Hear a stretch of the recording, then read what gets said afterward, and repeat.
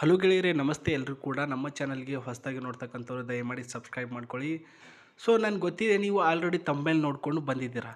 So ಅಲ್ಲಿ ಬೇರೆ ಇದೆ, ಇಲ್ಲಿ ಬೇರೆ ಇದೆ ಅಂತ ಕನ್ಫ್ಯೂಷನ್ ಮಾಡ್ಕೊಳಕ್ಕೆ ಹೋಗಬೇಡಿ. ವಿಚಾರ ಏನಂದರೆ, ಅವೆಲ್ಲ ಆಸೆಗಳು ಈಡೇರಬೇಕು ಅಂದರೆ ಇವ್ರನ್ನ ನೀವು ಮದುವೆ ಆಗಬೇಕು ಅನ್ನುವಂಥ ಒಂದು ಉದ್ದೇಶ ಆಗಿದೆ ಇದು, ತಿಳಿತಾ? ಸೊ ಈಕೆ ಒಂದು ದೇಹ ನಿಮಗೆ ಬೇಕಾಗಿದ್ದರೆ ಪ್ರಸ್ತುತ ನೀವು ಇವರ ಜೊತೆ ಬಾಂಡಿಂಗ್ನ ಬೆಳೆಸಬೇಕು. ಒಂದು ಗಂಡನಾಗಿಯೂ ಸಹ ಹೌದು, ಫ್ರೆಂಡ್ಶಿಪ್ ಸಹ ಹೌದು. ಅದು ನಿಮ್ಮ ನಿಮ್ಮ ವಿಚಾರ ಹಂತಗಳಿಗೆ ಬಿಟ್ಟಿರ್ತಕ್ಕಂಥದ್ದು. ಸೊ ಈಕೆ ಹೆಸರು ಏನಂದರೆ ಪ್ರಸ್ತುತ ಅನು ಎನ್ ಅಂತ. ಈ ವಯಸ್ಸು ಬಂದು 24 ವರ್ಷ ಇವಾಗ ಪ್ರಾರಂಭ ಆಗಿದೆ ಅಂತ ಹೇಳಿರೋದು. ಒಂದು ಟೀನೇಜ್ ದಾಟಿ ಇವಾಗ ಮೆಚ್ಯೂರಿಟಿ ಮೈಂಡಲ್ಲಿ ಒಂದು ಜವಾಬ್ದಾರಿಯುತ ಸ್ಥಾನದಲ್ಲಿ ಬಂದಿರತಕ್ಕಂತಹ ಹುಡುಗಿ ಈಕೆ.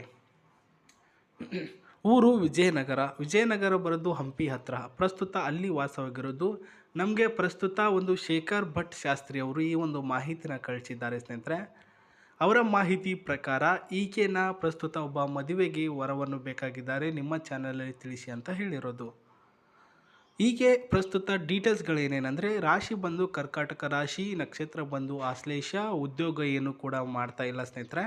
ಸ್ವಭಾವ ಬಂದರೂ ಲಿಮಿಟಲ್ಲಿ ಮಾತಾಡ್ತಾರೆ. ಒಂದು ಸರಳ ಜೀವನ ಇಷ್ಟಪಡ್ತಕ್ಕಂಥ ಹುಡುಗಿ ಆಗಿರೋದು ಈ ಒಂದು ಅನು ಅವರಿಗೆ ಪ್ರಸ್ತುತ 2 ಜನ ತಮ್ಮಂದಿರಿದ್ದಾರೆ. ಅದರಲ್ಲಿ ಒಬ್ಬ ತಂಗಿ ಶಾಲೆ ಓದ್ತಾ ಇದ್ದಾಳೆ ಮತ್ತು ಇನ್ನೊಬ್ಬ ತಮ್ಮ ಬಂದ್ಬಿಟ್ಟು ಅವನು ಪ್ರಸ್ತುತ PUC ಓದ್ತಾ ಇದ್ದಾನೆ ಅಂತ ಮಾಹಿತಿ ಕೊಟ್ಟಿದ್ದಾರೆ.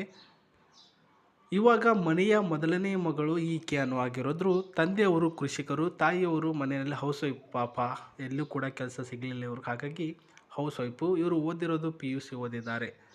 ಒಟ್ಟಾರೆಯಾಗಿ ಮಧ್ಯಮ ವರ್ಗದ ಗ್ರಾಮೀಣ ಪ್ರದೇಶದಲ್ಲಿ ವಾಸವಾಗಿರ್ತಕ್ಕಂಥ ಈ ಒಂದು ಕುಟುಂಬದಲ್ಲಿ ಒಬ್ಬ ಸದಸ್ಯನ ಅವಶ್ಯಕತೆ ಇದೆ. ಆತ ಈ ರೀತಿಯಾಗಿರಬೇಕು.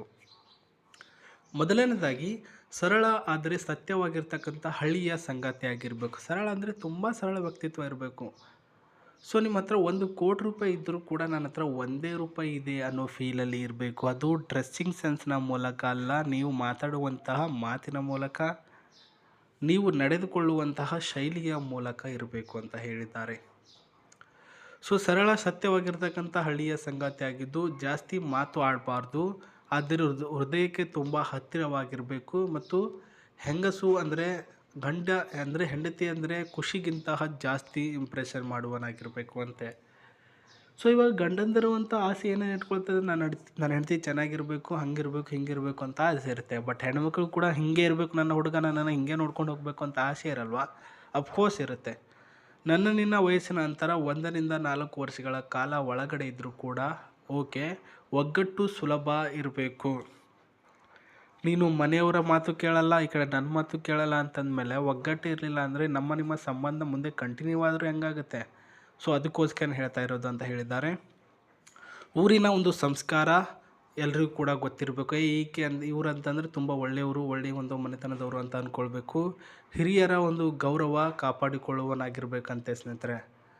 ಸೊ ಪ್ರಸ್ತುತ ಹಿರಿಯರ ಒಂದು ಗೌರವ ಮತ್ತು ಹಿರಿಯರ ಒಂದು ವ್ಯಕ್ತಿತ್ವಗಳಿಗೆ ದಾರಿದೀಪವಾಗಿ ಅದಕ್ಕೆಲ್ಲನೂ ಕೂಡ ಕಾಪಾಡುವಂತಹ ಒಬ್ಬ ಹುಡುಗ ಆಗಿರಬೇಕಂತೆ. ಮದ್ಯ ಚೂಜಾಟ ಇಲ್ಲದಂತಹ ಶಾಂತಿ ಜೀವನದಲ್ಲಿ ಇರ್ತಕ್ಕಂಥ ಒಬ್ಬ ಹುಡುಗ ಆಗಿರಬೇಕು. ಸೊ ಇಷ್ಟಕ್ಕೆಲ್ಲಕ್ಕೂ ಕೂಡ ಒಳ್ಳೆಯ ಪ್ರಯಾರಿಟಿ ನೀವು ಕೊಟ್ಟು, ಸೊ ಆಯಿತು ನಾನು ಇದೇ ರೀತಿಯಲ್ಲಿ ಇರ್ತೀನಿ ಓಕೆನಾ ಅಂತ ನಮಗೆ ಕೇಳಿದ್ರೆ ಖಂಡಿತವಾಗಲೂ ಒಂದು 100%ಅಲ್ಲಿ 15% ಓಕೆ. ಇನ್ನು 50% ಅವರು ನಿಮ್ಮನ್ನು ಡೈರೆಕ್ಟಾಗಿ ನೋಡಿ ತಮ್ಮ ಡಿಸಿಷನ್ನ ಹೇಳ್ತಾರೆ. ನೀವು ಮಾಡಬೇಕಾಗಿರೋದು ಇದೇ ರೀತಿ ನಿಮ್ಮ ಮಾಹಿತಿಗಳನ್ನು DM ಫಾರ್ ಕಂಪ್ಲೀಟ್ ಇನ್ಫಾರ್ಮೇಷನ್ ಡಿಸ್ಕ್ರಿಪ್ಷನಲ್ಲಿ ಕೊಟ್ಟಿದ್ದೇವೆ. ಅಂದರೆ ಪ್ರಸ್ತುತ ಒಂದು Gmail IDಯಲ್ಲಿ ನೀವು ಮೇಲ್ ಮಾಡಿ ಹೆಚ್ಚಿನ ಮಾಹಿತಿನ ಪಡೆದುಕೊಳ್ಳಿ ಅಂತ ಹೇಳ್ತೇನೆ. ಈಕೆಯನ್ನು ಮದುವೆ ಆಗುವಂಥ ಹುಡುಗನಿಗೆ ಸಿಗ್ತಕ್ಕಂಥ ಆಫರ್ ಈ ಒಂದು ಕಾರ್, ಇವರ ಮನೆಯಲ್ಲಿ ಉಳಿದುಕೊಳ್ಳೋದಕ್ಕೆ 2 ವರ್ಷಗಳ ಕಾಲ, ಒಂದು ಸ್ಟೇ ಆಗೋದಕ್ಕೆ ಅವಕಾಶ. ನೀವೇನಾದರೂ ಬಡ ಹುಡುಗ ಆಗಿದ್ದರೆ ಪ್ರಸ್ತುತ ನಿಮಗೆ ಒಂದು ರೈತಗಾರಿಕೆ ಬಗ್ಗೆ ಜ್ಞಾನ ಕೂಡ ಹೊಂದಿದ್ದರೆ ನಿಮಗೂ ಕೂಡ ಇವರ ಒಂದು ಜಮೀನಿನಲ್ಲಿ ಕೆಲಸ ಕೂಡ ಕೊಡ್ತಾರೆ ಅಂತ ಹೇಳಿದ್ದಾರೆ ಸ್ನೇಹಿತರೆ. ಸೊ ಅದೇ ಅಲ್ಲದೆ ಪ್ರಸ್ತುತ ಇವರಿಂದ ಪ್ರೀತಿ, ಕಾಳಜಿ ಮತ್ತು ಒಂದು ಒಳ್ಳೆಯ ರೀತಿಯಲ್ಲಿ ಒಂದು ಸಂಬಂಧ ಬೆಳೆಸೋದಕ್ಕೆ ಏನಂತಂತಾರೆ, ಅದಕ್ಕೆ ದುಡ್ಡು ಸಹಾಯ ಈ ರೀತಿ ಏನಾದರೂ ಬೇಕಿದ್ರೂ ಕೂಡ ಮಾಡ್ತಾರೆ. ಯಾಕಂದರೆ ಅವರು ಇಷ್ಟಪಡೋದು ಏನಂದರೆ, ನನ್ನ ಜೊತೆ ಎಷ್ಟು ನಿಯತ್ತಾಗಿರ್ತಾರೋ, ನನ್ನನ್ನು ಎಷ್ಟು ಪ್ರೀತಿ ಮಾಡ್ತಾರೋ, ಕಾಳಜಿ ಮಾಡ್ತಾರೋ ಅದರ ಮೇಲೆ ನಾನು ಅವ್ರಿಗೆ ಎಲ್ಲ ರೀತಿಯಲ್ಲೂ ಒಂದು ಸುಖ ಭೋಗಗಳನ್ನು ಕೊಟ್ಕೊಳ್ತಾ ಹೋಗ್ತೀನಿ ಅಂತ ಹೇಳಿರೋದು. ಸೊ ಅರ್ಥ ಆಯ್ತಾ? ಇದರ ಇಂಜಿನ್ ಬಂದರೆ 1956 cc ಇಂಜಿನ್, ಡೀಸೆಲ್ ವೇರಿಯಂಟ್ ಆಗಿರೋದು ಈ ಒಂದು ಕಾರು. ಇದರ ಟಾಪ್ ಮಾಡಲ್ ನೋಡೋದಾದರೆ 190ರ ಒಂದು ಟಾಪ್ ಮಾಡಲ್. ಮೈಲೇಜಿಂಗ್ ಬಂದರೆ 14ರಿಂದ 17ರ ಒಂದು ಮೈಲೇಜಿಂಗ್ ಆಗಿರುತ್ತೆ ಇದು.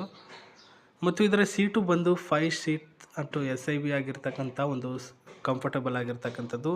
ಪ್ರೀಮಿಯಮ್ ಆಗಿರ್ತಕ್ಕಂಥ ಲುಕ್ಕು ಮತ್ತು ಸ್ಟ್ರಾಂಗ್ ಆಗಿರ್ತಕ್ಕಂಥ ಇಂಜಿನ್ ನಿಮಗೆ ಕಾಣಿಸುತ್ತೆ. ಮತ್ತು ಎಕ್ಸಲೆಂಟ್ ಹ್ಯಾಂಡಲಿಂಗ್ ಇದೆ. ಮತ್ತು ನೋಡೋದು ಕೂಡ ಈ ರೀತಿ ವೈಟ್ ಆ್ಯಂಡ್ ಬ್ಲ್ಯಾಕಲ್ಲಿ ನಿಮಗೆ ಅಟ್ರಾಕ್ಷನ್ ಆಗಿ ಕಾಣಿಸುತ್ತೆ.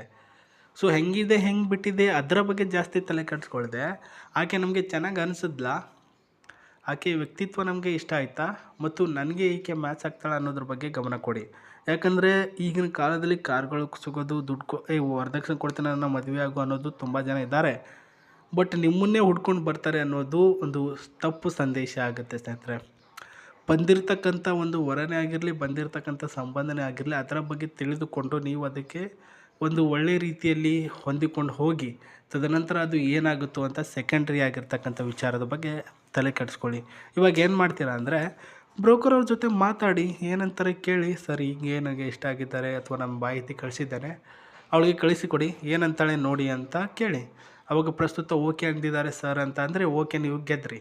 ಇಲ್ಲ ಅವರು ನೋ ಅಂದಿದ್ದಾರೆ ಅಂತಂದರೆ ಬಿಟ್ಟಾಕಿ ಹೋಗಲಿ, ಮತ್ತೊಬ್ಬರನ್ನು ಟ್ರೈ ಮಾಡಿದ್ರೆ ಆಯಿತು. ಇಷ್ಟೇ, ಜಾಸ್ತಿ ತಲೆ ಕೆಡಿಸೋ ಅವಶ್ಯಕತೆಯೇ ಇಲ್ಲ. ನೀವು ಎಂಥವ್ರು ಅಂತ ನಿಮಗೆ ಗೊತ್ತಿದ್ದರೆ ಸಾಕು. ಅದು ಎಲ್ಲರ ಮುಂದೆ ಪ್ರೂವ್ ಮಾಡುವಂಥ ಅವಶ್ಯಕತೆ ಇಲ್ಲ. ಸೊ ನೋಡೋಣ, ಇವತ್ತಿಲ್ಲ ನಾಳೆ ಹುಡ್ಕೋಣ, ಯಾರಾದರೂ ಸಿಗ್ತಾರೆ ಅಂತ ಹೇಳ್ತಾ, ನಿಮಗೆ ಒಳ್ಳೆಯದಾಗಿರಲಿ. ಈ ದಿನ ನೀವು ಅಂದುಕೊಂಡಿದ್ದ ಎಲ್ಲನೂ ಕೂಡ ವಿಷಯ ಅಥವಾ ವಿಚಾರ ಅಥವಾ ನಿರ್ಧಾರಗಳು ಒಳ್ಳೆಯ ರೀತಿಯಲ್ಲಿರಲಿ ಅಂತ ಹೇಳ್ತಾ, ಮತ್ತೆ ನಾನು ನಿಮಗೆ ಸಿಗ್ತೀನಿ. ಬಾಯ್.